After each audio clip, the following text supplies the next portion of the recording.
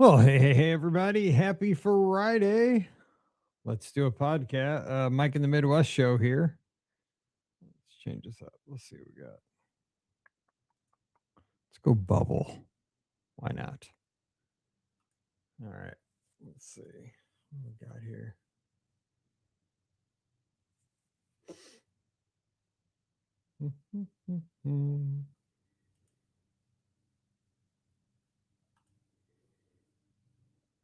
Nope. All right. Here we go. Episode 296.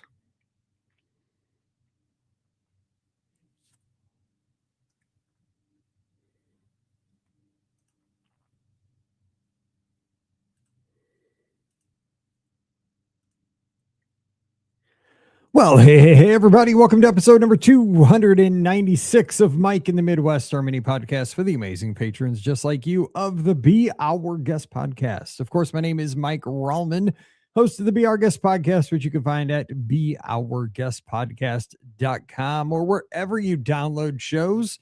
That can be Pocket Casts, Apple Podcasts. You know where to find the show, wherever you can find a podcast. We are there and have been there since 2008. That's right. We just passed this past week 3,000 episodes of our show. Pretty proud of that. You know, it means we've been consistent. We've stayed there, but more importantly, that you guys have stuck around and allowed us to do 3,000 shows. So I wanted to start off tonight's Mike in the Midwest by just saying a huge thank you to each and every one of you because I love doing this. I enjoyed being a teacher. I did. Being a teacher was super rewarding. That was great. I got to be a teacher for 17 years. I taught second grade. I know it's crazy, right? A 6'3" male second grade teacher. I stuck out like a sore thumb. I taught fifth grade for a year. I kept those kids and moved up with them to sixth grade. We stuck together for 2 years. My favorite class I ever had because it was all about relationships. I really, really got to know those kids. It was a special group because I knew at the end of fifth grade that we were going to stick together. So, it wasn't like goodbye at the end of the fifth grade year. It was like, we'll see you. Have a great summer, and we're going to get after it day one of sixth grade. We're not going to waste time getting to know each other. There were a couple new kids that came into the classroom, but I think 96% or so of the class was the same. And we just got rolling. So I thought fifth grade, and then I taught sixth grade for years and years. And I got to teach that with Pam, my wife. We taught next door to each other, and we had all kinds of contests against each other. Pam and I sponsored student council together in the school. We did huge food drives. We did toy drives for underprivileged kids. We did a talent show every year for the entire school. We sponsored that. We did a car wash every year to raise money for kids. We sold heartograms every year. We sold boograms to raise money for the Heart Association and for the Cancer Society. We did so many projects, and that's what made school fun for us. And then I taught gifted education for about the last 6 years of my career, which I really enjoyed because I got to work with kids that thought differently. Small groups too. My classes, instead of being 27 to 30 kids, which was big and had a lot of challenges, my class size went down to about 10 kids, and they came from every school in the district. They came from, I think we had at that time 14 elementary schools in our district. And so every day we get kids from 3 or 4 different schools. They would mix together, and it was really fun trying to make like team building with those kids because you would have kids from 3 or 4 different schools that had to form a cohesive team that only met once a week, right? So they weren't together 5 days a week; they're together one day a week. And also, gifted and talented kids are kind of awkward. I was one of those kids, and I think it helped that I came up in the same school district. When I was a young kid, I was in the same school district that I taught in. I was identified as one of those, early kids that was reading instead of going to recess in kindergarten. They kept me out of recess to do some extra enrichment activities and stuff like that. So I knew I told the kids I had similar experiences as them, but I also wanted them to know that, of whom a lot was given, a lot was expected. I tried to really push them and tried to, as sixth graders, especially because I taught fourth, fifth, and sixth all combined. But the sixth grade kids, I really told them, you're getting ready to be thrown into middle and high school, into secondary. And you have a gift, and you can't just rest on your laurels, because what I saw with a lot of gifted kids is that they would coast. I got guilty of this. School was pretty easy for me a lot of times because I could memorize things. I was great at memorization. I have a very photographic memory. I could see something, I could recall information, I could spit it back on tests. Now, tests are much different nowadays than they were when I took them in the 80s and the 90s. A lot of that was just memorization and, spitting back facts, which is exactly how I'm built. That was the jam for me. I did great in school for that stuff. Now I can also solve problems. I can adapt, but like how school was, I was built for that back in the day. But I told these kids, you are, you've been given a gift, you're very smart. But a lot of what I saw with some of my kids that had moved into middle and high school was that they just thought, well, I'm super smart, so I don't ever have to work. And so, that was my goal, was to give them the fortitude and the advice that, take that gift and just launch it, put wings on it and take it to the next level. Don't just float with your gift, develop your gift and just jam with it, because a lot of times the people who succeed are not the gifted kids. They're just the hard workers. And I'm very much one of those people. I'm a grinder. Like, I like to see the kid who isn't the gifted kid win, because I like this, like on a sports team, I'm not necessarily a fan of the most talented player on the team. My favorite player on a team is the person who grinds it out, the person who is the hustler, the person who has the dirtiest uniform at the end of the game, the person who picks up a teammate. They don't have to be the starter. And I was working with what I thought, like in academics, I was working with like the all-stars. They were the smartest kids. But that was my role. I wasn't working with the grinders. When I was teaching sixth grade general ed, I was working with a lot of grinders, and I was their big advocate when I was in that classroom at that point. But when I taught gifted, my role was to work with the elites, like the smart kids. But I also looked at it as I had a job of, they had very special needs too, because they were weird. They were quirky. They were misunderstood by their peers. They didn't know how to maybe socially interact with everybody else. And I tried to help them kind of bridge that gap. Not that I'm the most like cool kid in the school, or, not that I'm not quirky, because I totally am, but I tried to be somebody that understood and could lend an ear and try to bridge those two worlds for them. I don't know where I was going with all this when I started this, but yeah, that just popped into my mind. And by the way, that's Mike in the Midwest and we're recording this on Friday night. What is it? It's June 12th, 2026, by the way. So you never know what you're going to get. I never know what I'm going to get when I open the mic here for Mike in the Midwest, but there you go. So I've taught second, fifth, sixth, and gifted. So you never know where life's going to take you. And, of course, been a travel agent now for about over 10 years, and appreciate that too. So we are here doing the podcast, over 3,000 shows and rolling. And I love this. Oh, I said that because I got to be a teacher.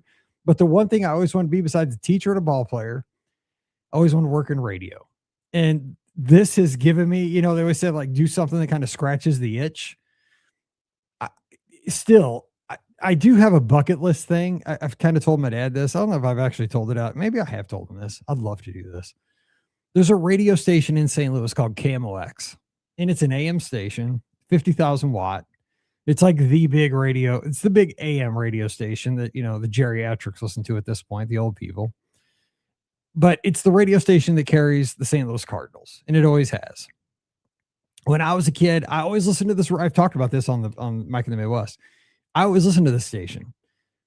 A lot of my friends will listen to, all the music stations. I would listen to at night KMOX because I listened to the Cardinals games with Jack Buck and Mike Shannon.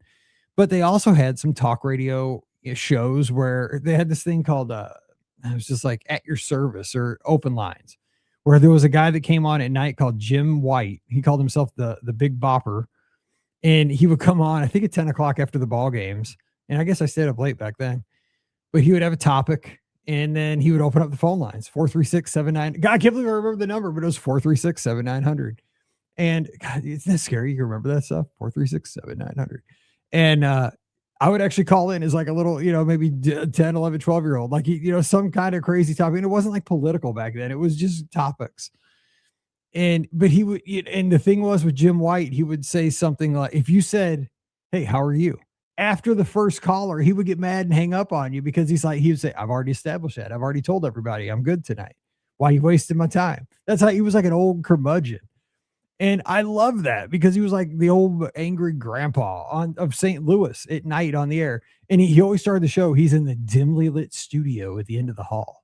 And he literally was like, because my dad worked at that radio station after a while when he got hired. He worked at KMOX and the FM side. And I was like, I told my dad, I said, "Dude, do you ever see Jim White? Because like he's mean, right? Like he's an old fart, right? Because he's always like cutting people off and hanging them up on them if they accidentally say, 'Hey, how are you?'" He's like, "Yeah, he's something." He's like, "It's great because he was the only one in the building when he did his shift because it was 10 to 2, 10 p.m. to 2 a.m. and nobody was really there except him, and maybe a board op. I don't even know if he had a board op at that time. But and I said, "What's that thing about the dimly lit studio at the end of the hall?" He's like, "Yeah, he does his show from the production studio, not the main studio." And he's like, "It is at the end of the hall. It's where everybody records like commercials and dub stuff." He's like, just because he likes to be at the end of the hall and by himself, he's a hermit. He's like, so he would do it as his show from the the production studio because you could do this thing from there. It had a phone bank, and that's just how he was. It literally was the invalid studio. And so all that to be said, and RIP Jim White, I used to love him in St. Louis, adored the guy, even though he was a legend, even though he was a curmudgeon, he was our curmudgeon. Is that I always wanted to work in radio, but the one thing, like a bucket list thing, would be to pull one shift on KMOX, like to take calls for like an hour on the big, the Mighty Mox is what it's called, KMOX, just to live that dream. I'm not near good enough to get behind a microphone at KMOX, but that would be the dream because I've listened to it my whole life, over 50 years probably. It's one of those things. It's the soundtrack of St. Louis. You go places and it's just a default. It's it's on at a barbecue in the summertime. Somebody's grilling, the ball game's on, and the ball game ends, and KMOX just continues to play because somebody forgets to change the station until they put on music. That'd be cool. Anyway, just all that to say, thanks for letting me podcast for 3,000 episodes and almost 300 over here because I've kind of got to live out the dream through the Be Our Guest podcast. And it's because of your support. So let's keep it going because I love doing this stuff. I truly, truly do. Anyway, so what's going on this week? This week so far has been crazy. I mean, crazy in so many ways. And I always say this show is going to be shorter. I don't know if it will be, but I'm trying to make it short. I am really trying to make these shows to like 20 to 25 minutes. And they're always like 40. I'm trying because these Monday shows are getting super long, but they've always been, these topics have been awesome. And Mondays is really good again, because I talked to a couple in Perth, Australia, that were on the Disney Adventure on that cruise that got canceled. So we get to talk about that. So you get to hear about all that on Monday. They were on the ship for 24 hours. And guess what? Boop, you got to get off the ship. We talk about the logistics of taking 6,000 people and having to find hotel rooms, having to transport them with motor coaches. Who got what kind of hotel? Who got 5 stars? Who got 4 stars? Who got all this? And then they had a back-to-back because they got to sail on the ship for the next 3 nights after they fixed the problem. So we hear all about the ship. But yeah, so that, I apologize, but Monday's show is long again, and I'm trying to cut those back. But, we've just had a lot to talk about on the Monday shows lately, so I am going to scale those back. But the last few have been just, they're stories that have to be told. And so I've made them a little bit long, and I apologize for that. And I'm going to try to cut these back. Anyway, this week, though, I've just been so lucky, right? I got to see my daughter graduate from high school. Pretty incredible, right? She graduated in, I don't know, you guys, a lot of you guys are parents. You know how it is. Like, I just sat back for a second and said, like, you think about the things you did. Like, I played high school baseball. I was a teacher. I helped start this podcast. I've done a few things that I'm pretty proud of in my life, not to brag, but I am. I mean, I'm proud that I got to, I'm proud of this podcast. I'm proud that I'm a member of the Lizards with 3, all the people that run all these races, and I have all these teammates, and I've met people from all around the world. I'm just proud of our community. I'm super proud of it because I love what we have. And then when my daughter walked across that stage, like, that's my daughter. Like, no matter what happens in my life, like I'm responsible for that girl. And to see her smile, to see her in that gown, the cap and gown, she has surpassed me in so many ways. Like I could never live up to what she is right now. She has surpassed me. And it just made me so proud because she's so smart. She's so pretty. She's got such a future in front of her. I mean, my heart was just so full on Saturday. And I only cried a couple times at the ceremony. I'm sentimental. But yeah, Saturday was special. And thanks everybody for the wishes. It really, really made my day, her day. I showed them to her and her mom's.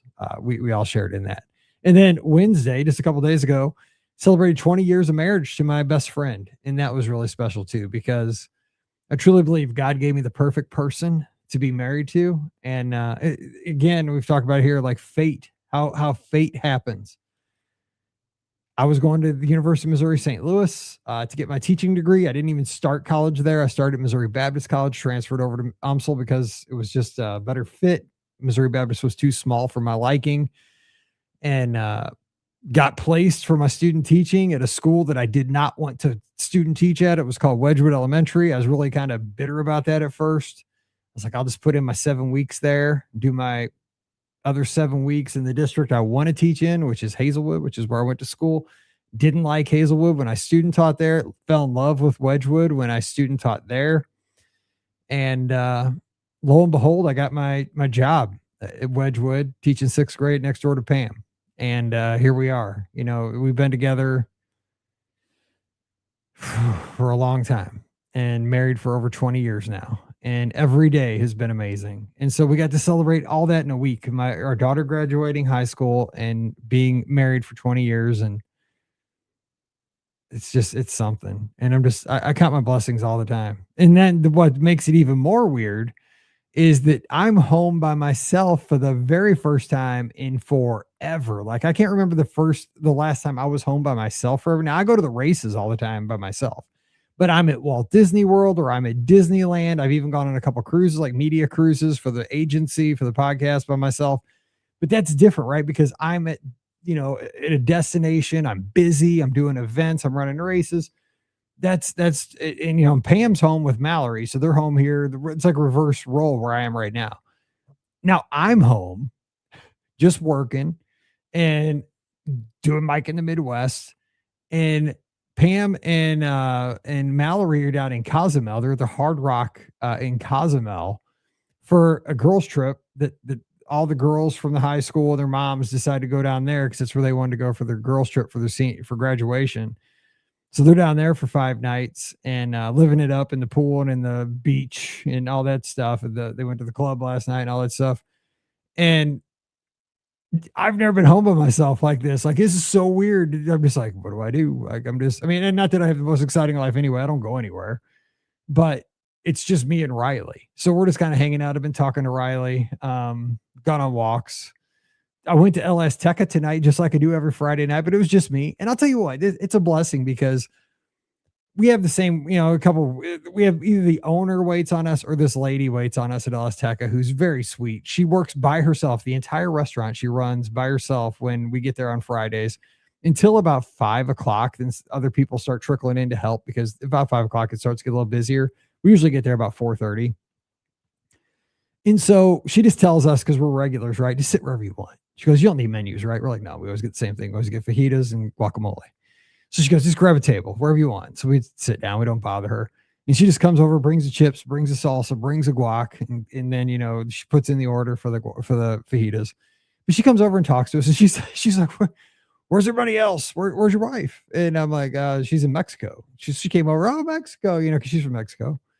And, I was telling her, where Pam was. She's talking about, her family's kind of close to there, not real close, a few hours away, but just super sweet that she took the time. She's like, well, you're by yourself. Yeah. You okay? And she really, it kind of felt like, she was like looking out for me tonight because I was by myself and I was fine. I was in a booth. I had my phone. I was messing around on Twitter because I'm going to talk about some things on Twitter for today's main topic. And, but it was sweet. She's like, you sure you have enough soda? You need more chips? I mean, I had a whole basket of chips and it was just me. I did not need any more chips.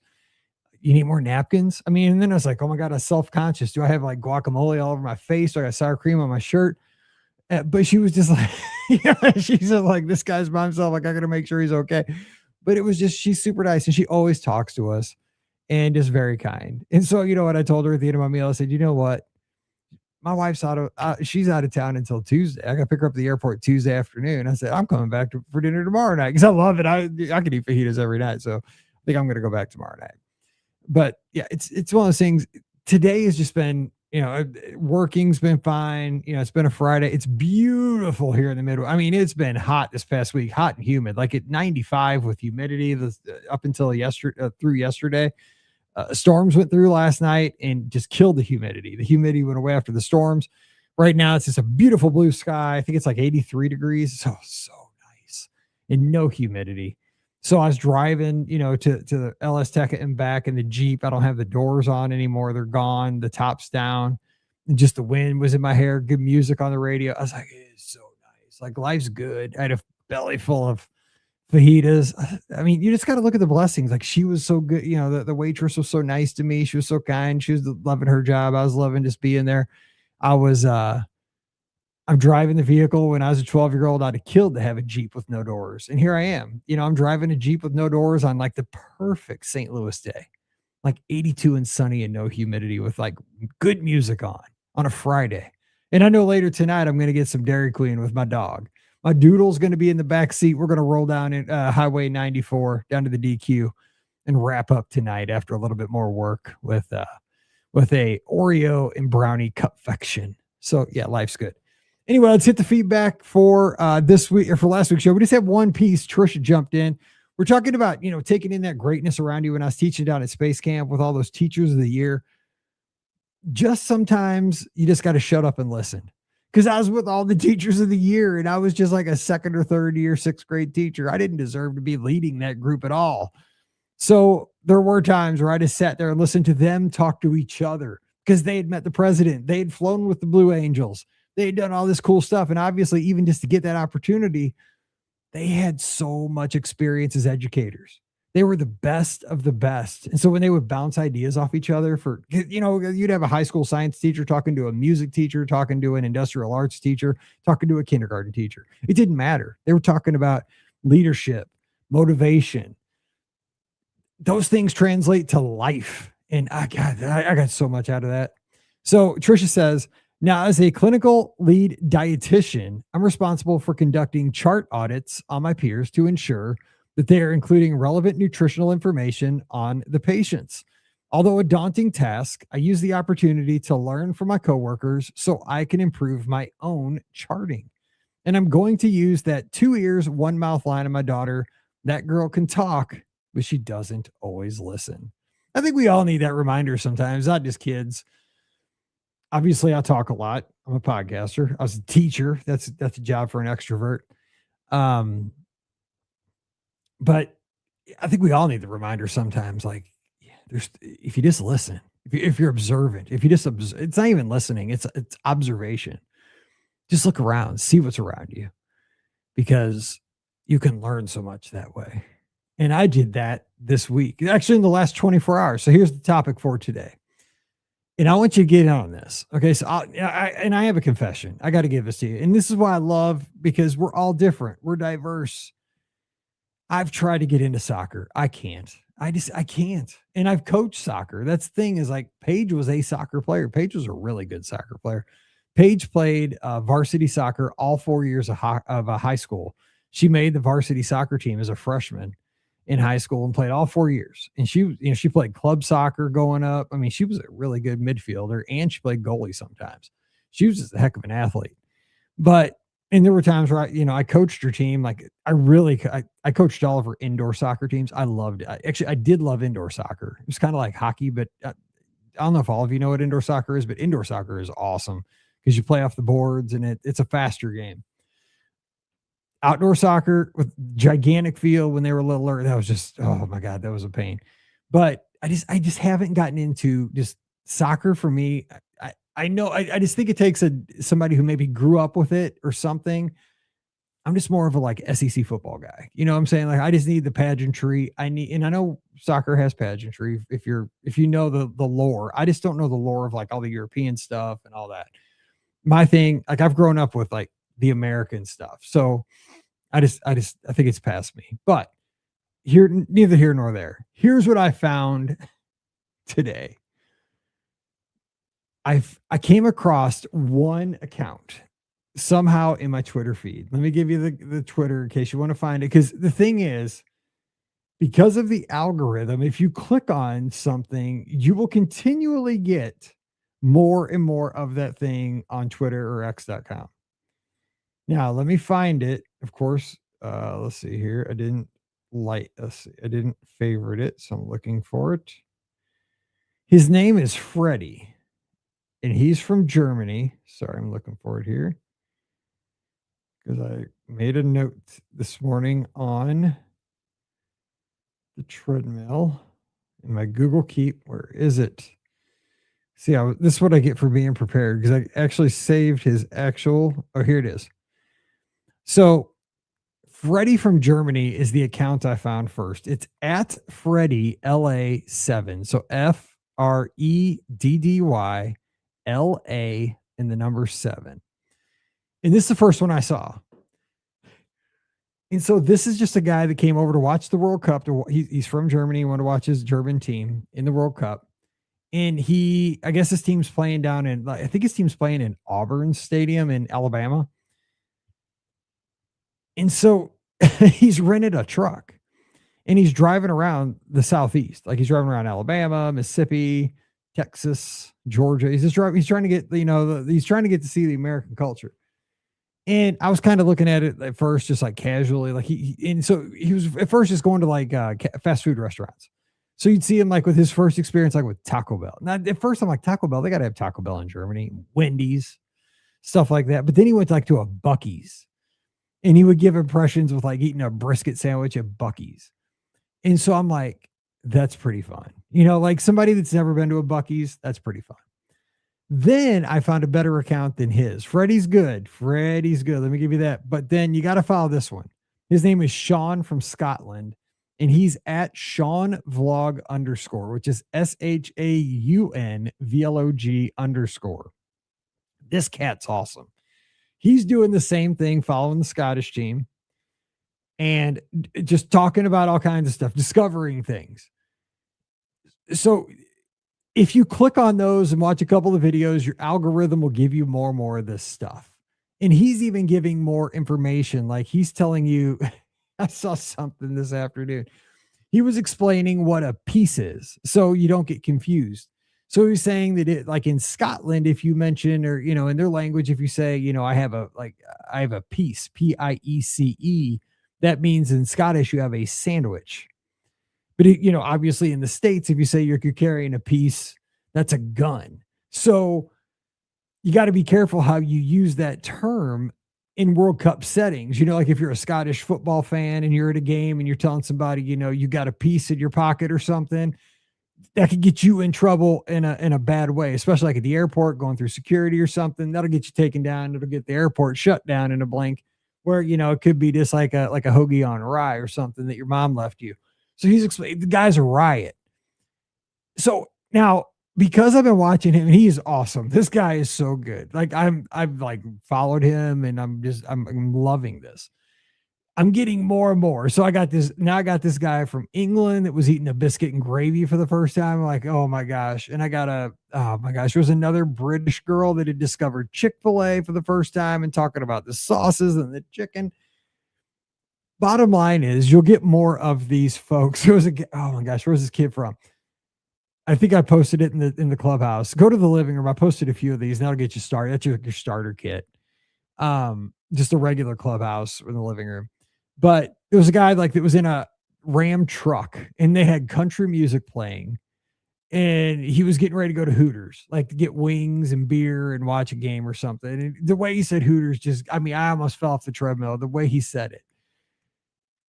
But here's the point of all this is that I called the show Blessings Are Pouring In. Every person that I've seen on these things, and I don't know if this is universal for everybody that's coming to visit our country. I'm sure it's not. The algorithm feeds you what you like. Like it'll give you more of what you click on. That's how it works. So I'm sure this is a skewed view. I always remember that when you look at any kind of social media. It wants to give you what you want to see. And and I'm liking this stuff so far. It's only been 24 hours. But here's the thing. I love this because I'm loving that people from outside our country are visiting and they're liking being here. They're like, because these people are all saying that they love the hospitality that Americans are showing them. When they stop in a small Texas town at a gas station, people are welcoming them.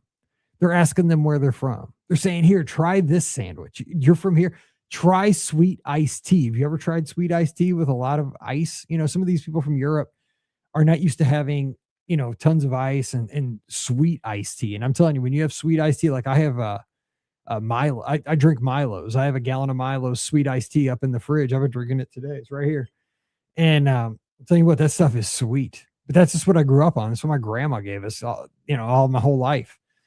But if you're not used to it, man, it'll chatter your teeth. And this couple I saw at this small Texas gas station where they got some, you could tell, man, they had to cut it down with some water. But it's wholesome. And what I like about it is that the people I'm seeing they're excited because they say Americans are nice to them. And, that makes me happy because they're going through places that I've been, and I know like Europe is an amazing place. I've never been there, but I mean, I have friends there. Obviously the clubhouse, we got all of our friends over in the clubhouse. The podcast, because of its reach, which I can't believe still to this day that we have any kind of a reach like this, but we do. We hit places like Australia, like Europe, like places in Asia. We're all over the world. And I've got to meet people from all over the world that I would have never gotten. It's such an incredible blessing. I have friends from places I never could have dreamed. But here's the thing. I always think about this, that I hope my friends from overseas, and for even people that I don't know, I hope they always think that we're friendly over in the States, because we truly are. I mean, if you come to see me, I'm going to be nice to you.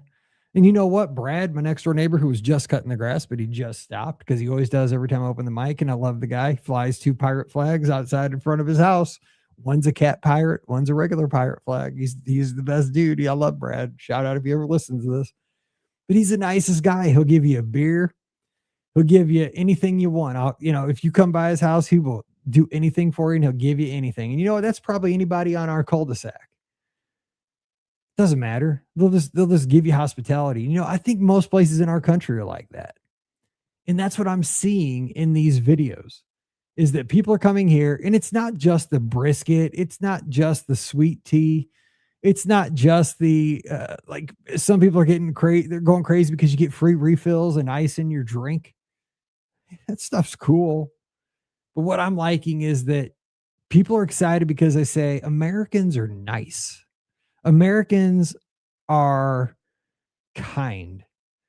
And, like if you watch the media or if you read, like, I don't know, like every night I try to, I pull my iPad out right before, 9:00 when I finish work and just messing around. I'll pull out Apple News on my iPad and kind of read that's kind of like my reading the paper at the end of the night, just kind of catch up on what's happening in the world. And sometimes I just wonder, like, does the world hate us? And I hope not, because I think we are good people. We're separated politically, some of us, but I mean, I think we would all go to bat for each other. We all care about each other.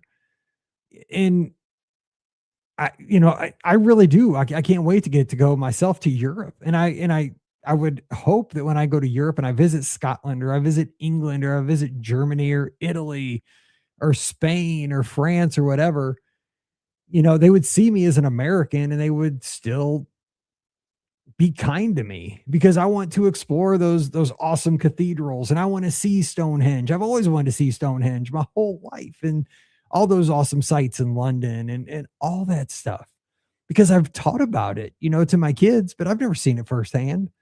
And I've never seen anything that old. I've never seen anything that old except for like Cahokia Mounds, which is across the river, old mounds that some Native Americans built, hundreds and hundreds of years ago, but I haven't seen a ton of stuff that's that old, like European things.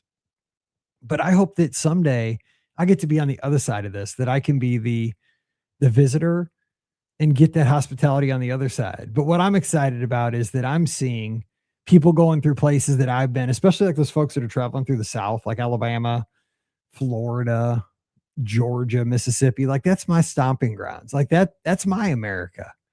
And sometimes, I'll be honest, sometimes people dog on that part of the country. Not everybody, but some people think that that's, a little bit of a lesser part of the country. It's not New York City. It's not, it's not like the cultural center of the world. And I know that it's not where the markets are and where all the, shows are and all the, it's not the heart of America. But there's good people down there and the hospitality's ringing out and there's beautiful places. I mean, there was a guy that was just raving about because he was sitting on a bench and there was a tree that was covered with Spanish moss.